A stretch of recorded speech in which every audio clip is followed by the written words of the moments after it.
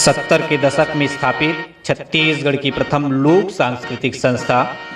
चंदैनी गोंदा, जो हमें जोड़ती है अपनी मिट्टी से, अपनी संस्कृति और संस्कार से, जिसकी परिकल्पना की थी कलाविद दाऊ रामचंद्र देशमुख ने, जो आज भी उसी तरह मोहक प्रस्तुतियों से जुड़ी है और गूंज रही है कुमारलाल साव जी के संगीत से सजे गीतों की माला से, जिन गीतों से समृद्ध हुई है धान की कटोरा का लोक संसार, जिसे हम लोक कलाओं का रत्नगर्भा भी कहते हैं। तो आइए जुड़ते हैं अपनी बोली भाषा, अपनी मिट्टी के इन गीतों के साथ, चंदैनी गोंदा के गीतों के साथ, आपके अपने YouTube चैनल माया की बोली भाषा के साथ।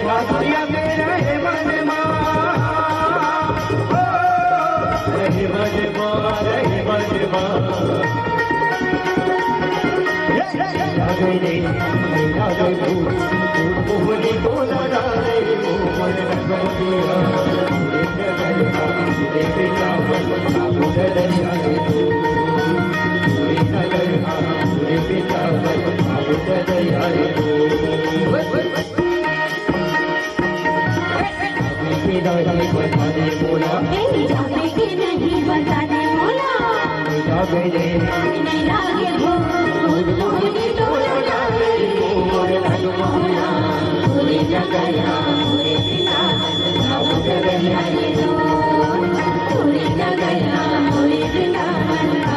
Bye.